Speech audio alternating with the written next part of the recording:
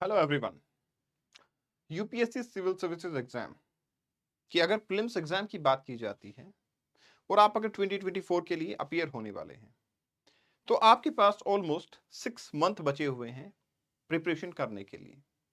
ये वीडियो आपको हेल्प करेगा कि आपको इन 6 मंथ में किस तरीके से प्रिपरेशन करना चाहिए। चाहे आप फ्रेशर हैं, फर्स्ट टाइम प्रिपरेशन कर रहे हैं, कुछ भी नहीं किया है, डिटेल मंथ वाइज प्लान मैं आपको बताऊंगा जिसमें आपके सारे सब्जेक्ट्स को मैं कवर करूंगा और बताऊंगा कैसे आपको कवरेज करना है अगले 6 महीने की स्ट्रेटेजी। देखिए, यूपीएससी सिविल सर्विसेज एग्जाम की जब बात आती है तो प्रीलिम्स एग्जाम सबसे ज्यादा कॉम्पिटिटिव है। मैं ये नहीं कह रहा कि सबसे ज्यादा फ्यूचर डिसाइडिंग है, बट कॉम्पिटिटिव जरूर है। आपकी रैंक को डिसाइड तो नहीं कर सकता, बट आपको ये जरूर डिसाइड कर सकता है कि आपकी रैंक आने वाली है या नहीं। तो इसलिए प्रीलिम्स के लिए एक अच्छी स्ट्रेटेजी का होना काफी ज्यादा जरूरी हो जाता है। Prelims exam, mains exam and interview, 3 stages are there. क्यों बोल रहा हूं मैं कि प्रीलिम्स सबसे इंपॉर्टेंट होता है? उसका कारण बहुत सिंपल है। देखिए, जब आपके फॉर्म निकलेंगे तो लगभग मान के चलिए 12 लाख लोग इस फॉर्म को अप्लाई करते हैं। इसमें से करीबन 6 लाख लोग अपीयर होंगे आपके एग्जाम में एंड आउट ऑफ इट 15,000 लोगों का प्रीलिम्स क्वालिफाई होगा। एंड दैट्स वाई जब कंपटीशन की बात आती है तो मैं बोलूंगा ये सबसे बड़ा कंपटीशन होता है प्रिलिमिनरी एग्जाम का, क्योंकि आउट ऑफ 6 लाख पीपल 15,000 लोगों का सिलेक्शन जो है वो इसमें होता हुआ नजर आ रहा है। इसका मतलब हुआ ऑन एन एवरेज, अगर इसके अंदर ऑन एन एवरेज परसेंटेज की बात की जाती है तो डेफिनेटली आपको ये देखने को मिलेगा दिस इज अराउंड 3% जो है वो सिलेक्शन देखने को मिल रहा है प्रिलिमिनरी एग्जाम में। That's why it is very very important stage. और इस इंपॉर्टेंट स्टेज को क्वालिफाई अगर आपको करना है तो आपके लिए डेट्स काफी ज्यादा इंपॉर्टेंट हो जाती हैं। इन डेट्स के ऊपर मैं फोकस करवाना चाहूंगा। ये सिविल सर्विसेज का कैलेंडर है जो आप सिविल सर्विसेज यूपीएससी की वेबसाइट पे जाके भी डाउनलोड कर सकते हैं, अदरवाइज मैं टेलीग्राम चैनल पे अपलोड कर दूंगा। आपको बताऊंगा मैं टेलीग्राम चैनल का नाम भी। लेकिन हाँ, यहाँ पे देखिए, आपको ये बोला गया सिविल सर्विसेज प्रीलिम्स 2024 का जो एग्जाम होगा उसके फॉर्म जो निकलेंगे वो होंगे 14 फरवरी 2014। मतलब लोग वैलेंटाइन डे सेलिब्रेट करते हैं तो your crush and your love is UPSC, आप उस दिन से ये सेलिब्रेट करना स्टार्ट कर देंगे। 14th of February will be the date जिस पे आपका नोटिफिकेशन आउट होगा, उस दिन से आप फॉर्म फिल करना स्टार्ट कर देंगे। और लास्ट डेट होगी आपकी 5th ऑफ मार्च 2024। देखिए, एक और इंपॉर्टेंट चीज मैं आपको सबसे पहले यहां बताना चाहूंगा। Don't wait for 5th of March. 5 मार्च का वेट मत करना कि 5 मार्च आएगा and then I will apply for the forms. No, it is a wrong strategy. Some time website slow हो जाती है, कुछ ऐसा हो जाता है, कुछ टेक्निकल एरर हो जाता है, फिर आपकी हेल्प कोई नहीं कर पाएगा। 5th मार्च से पहले ही आप 1 मार्च मैक्सिमम मान के चलिए कि आप अपना फॉर्म भर दीजिएगा। मैं तो ये बोलूंगा 14 फरवरी को ही आप अपना फॉर्म को फिल कर दो। सर, ऐसा भी तो है कि मैं डायलेमा में हूं कि मुझे अटेम्प्ट देना है या नहीं देना। तो देखिए, आपको यूपीएससी 2 मौके देता है इसके लिए। अगर मान लो आपने 14 फेब को अपना फॉर्म फिल भी कर दिया तो आपको मार्च के बाद में, मतलब मार्च के 20 और 25 मार्च के बाद आपको मौका मिलता है कि आप अपने फॉर्म को वापस से ले सकते हो, इजेक्ट कर सकते हो। ये एक अपॉर्चुनिटी मिलती है। दूसरी अपॉर्चुनिटी आपके पास ये भी है कि अगर आपने फॉर्म फिल कर दिया और आपने इजेक्ट भी नहीं किया, ठीक है, उसके बावजूद भी अगर आप अटेम्प्ट नहीं देते हो तो आपका अटेम्प्ट काउंट नहीं होगा। फॉर्म फिल किया, अटेम्प्ट नहीं दिया तो अटेम्प्ट काउंट नहीं होगा। So be on the safer side, form fill कर दो, उसके बाद सोच लेना आपको अटेम्प्ट देना है या नहीं देना। अगर नहीं देना तो मत देना, लेकिन फॉर्म को डिले मत करना। अब आगे बढ़ते हैं तो आपको ये टाइम शेड्यूल नजर आता है कि आपका जो मेन प्रीलिम्स एग्जाम होगा वो होगा 26 मई। 26 मई को आपका एग्जाम होगा। 26 मई को एग्जाम होगा। आज 18 नवंबर है। 8 दिन अपनी प्लानिंग वगैरह जो भी करना है आपको वो करोगे। 26 नवंबर से 26 मई तक आपको एग्जैक्टली 6 महीने का टाइम मिल जाएगा। अब ये 6 मंथ के अंदर आपको प्लान आखिर करना कैसे है? देखिए, 6 मंथ के बाद आपके 2 पेपर होने वाले हैं, जनरल स्टडी का पेपर एंड सी सेट का पेपर। एंड एवरीवन नोज कि आपका 2 घंटे का ये पेपर होगा, 100 क्वेश्चन आएंगे। 2 घंटे का ये पेपर होगा, 80 क्वेश्चन आएंगे, 2.5 मार्क्स ईच। यहाँ पे 200 मार्क्स, यहाँ भी 200 मार्क्स। देखिए, पहले तो क्या हुआ करता था, सी सेट इतना आसान आता था कि मैं कह देता था अगर आपको सी सेट ठीक है तो मत प्रैक्टिस करना। लेकिन मैं ऐसा अब नहीं बोलूंगा, क्योंकि देर आर मेनी स्टूडेंट्स जिनको मैं जानता हूं, उन्होंने सी सेट की प्रैक्टिस नहीं की एंड जिसके बावजूद उनका नुकसान हुआ, सी सेट क्वालिफाई नहीं कर पाए। दैट्स वाई मैं आपको सी सेट की भी स्ट्रेटेजी बताऊंगा, बट मैं आपको इंपॉर्टेंट सब्जेक्ट बता देता हूं, इंपॉर्टेंट टॉपिक दोनों साइड पे बता देता हूं। सीसेट के इंपॉर्टेंट टॉपिक कॉम्प्रिहेंशन है, इंटरपर्सनल स्किल्स हैं जिसके अंदर इंक्लूड होगा आपका कम्युनिकेशन स्किल्स, लॉजिकल रीजनिंग होगा, decision making and problem solving, general mental ability, basic numeracy and data interpretation. ये कुछ इंपॉर्टेंट पिलर हैं, अगर आप इन पे काम करते हो तो आपका प्रीलिम्स में सी सेट नहीं रुकेगा। ऐसा ही यहां पे आता है एक तो करंट इवेंट, नेशनल और इंटरनेशनल इंपॉर्टेंस के। देखिए मैंने सबसे ऊपर रखा है इसको, प्रायोरिटी पे रखा है इस चीज को मैंने। नेशनल और इंटरनेशनल इंपॉर्टेंस के आपके करंट इवेंट को करना ही करना है आपको। कैसे करना है, कब करना है, मैं बताऊंगा अभी। इसके बाद में history of India and national movement, India and the world geography, जिसमें physical, social, economical geography as well as the world की मैपिंग काफी इंपॉर्टेंट हो जाती है। मैपिंग इसके अंदर काफी इंपॉर्टेंट हो जाती है, मैप्स को करना मत भूलना। इंडियन पॉलिटी एंड गवर्नेंस, इसमें आप constitution, political system, Panchayati Raj, public policy and rights and issues, ये सब चीजें पढ़ोगे। इकोनॉमिक एंड सोशल डेवलपमेंट, जिसमें sustainable development, poverty, inclusion, demography, social sector के बारे में बात करोगे। General issues on the environment, ecology, biodiversity and so on, as well as general science and tech के बारे में बात करोगे। ये कुछ ऐसे पिलर हैं जिस पे आपको डेफिनेटली काम करना चाहिए। अगर आप इनमें से कोई भी पिलर छोड़ते हो तो आप अपने आप को एक डेंजर जोन में लेके जा रहे हो फोर्सफुली, कि शायद प्रीलिम्स क्वालिफाई ना हो पाए।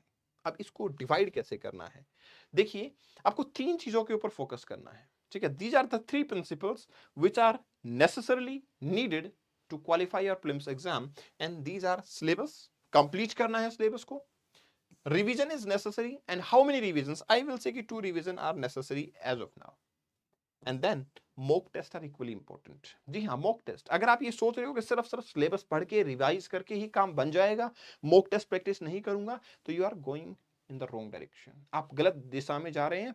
सो please syllabus, revision and mock test, इन तीनों की स्ट्रेटेजी मैं बताने वाला हूं। पेन पेपर लो, नोट करना स्टार्ट करो, अंडरस्टैंड करो। देखो अब आपका मंथ स्टार्ट होगा दिसंबर, मतलब 26 नवंबर से ही मैं बोल रहा हूं आप स्टार्ट कर दो। सबसे पहले अपने दो सब्जेक्ट उठाओ, कौन से, इंडियन पॉलिटी एंड इकोनॉमिक्स, ठीक है। इकोनॉमिक्स मैंने इसलिए बोला, इंडियन पॉलिटी मैंने इसलिए बोला क्योंकि मोस्ट ऑफ द टाइम आपका फेवरेट भी होता है। जो सब्जेक्ट मेरा फेवरेट है, मुझे पढ़ने में मजा भी आता है और मुझे मोटिवेशन भी मिलता है, इसलिए मैंने इंडियन पॉलिटी बोला। और इसके बावजूद ये सब्जेक्ट इंपॉर्टेंट भी है, मतलब ऐसा नहीं कि इससे क्वेश्चन नहीं आते, काफी अच्छे नंबर में क्वेश्चन जो है इंडियन पॉलिटी से आपको देखने को मिलते हैं। इकोनॉमिक्स सेकंड सब्जेक्ट आपको दिसंबर में करना है, और इसलिए करना है क्योंकि अगर आपको इकोनॉमिक्स नहीं आता तो आप बजट एंड इकोनॉमिक सर्वे को बिल्कुल भी नहीं पढ़ पाएंगे। तो अगर आप ये सोच रहे हैं कि बजट और इकोनॉमिक सर्वे फरवरी में आ जाता है, और आप ये सोच रहे हैं मैं मार्च में जाके इकोनॉमिक्स करूंगा, तो आप इकोनॉमिक्स करेंगे, फिर बजट एंड इकोनॉमिक सर्वे आपका रह जाएगा। इसलिए बेटर होगा कि आप इकोनॉमिक्स को एंड इंडियन पॉलिटी को दिसंबर मंथ के लिए डेडिकेट कीजिए, उसको खत्म कीजिए।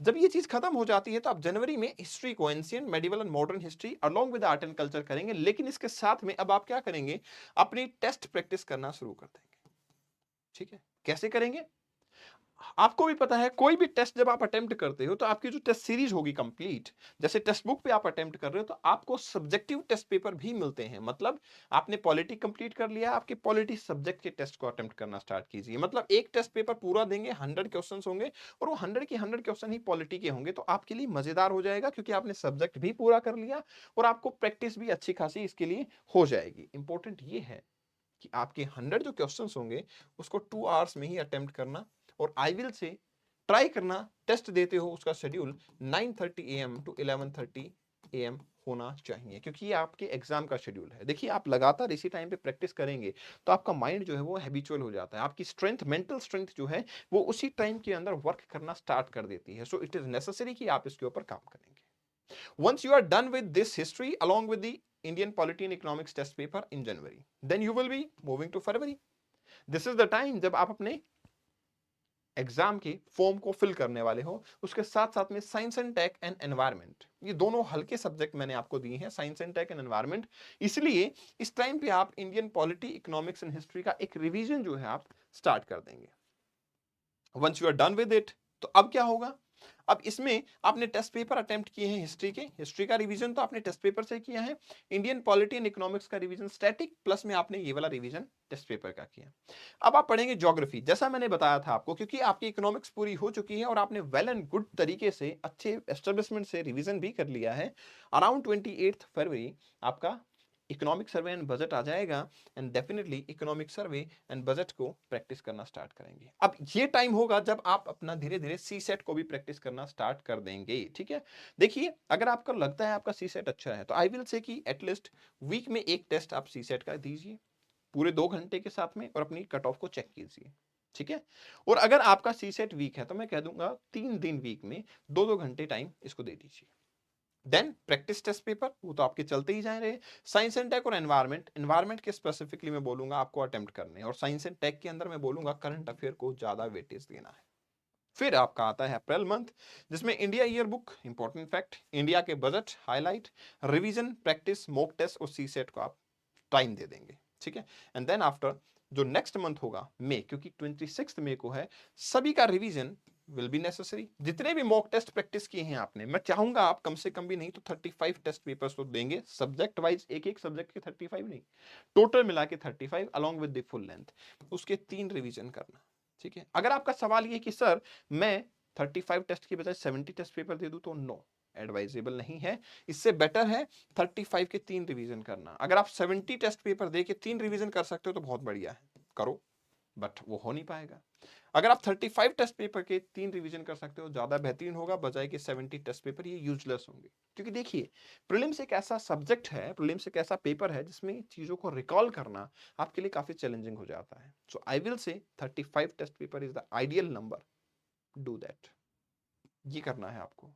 और सी सेट की प्रैक्टिस को अगेन आई विल से मत भूलना, अपने स्कोर को चेक करना। अगर सी सेट आपको नहीं आता है तो आप लेक्चर्स देखिए, अपने यूट्यूब चैनल पे देखिए, आपको प्रैक्टिस जो है वो करवाई जाएगी, क्वेश्चंस की भी, सब्जेक्ट सीरीज भी आएंगी, उनको देखिए, करंट अफेयर सीरीज भी होगी, उसको देखिए, ताकि आपके करंट अफेयर कवर हो जाए। करंट अफेयर का सवाल ये है कि सर कितने मंथ के करंट अफेयर, तो देखिए 26 मई को आपका पेपर है, मैं बोलूंगा मई से पहले मतलब अप्रैल मंथ तक के करंट अफेयर कवर करना। तो 26 अप्रैल 2024 को है आपका पेपर, तो मैं बोलूंगा जनवरी 2023 से लेके और अप्रैल 2024 तक का, मतलब लगभग लगभग आपका 16 से 17 महीने का करंट अफेयर आपको कवर करना है।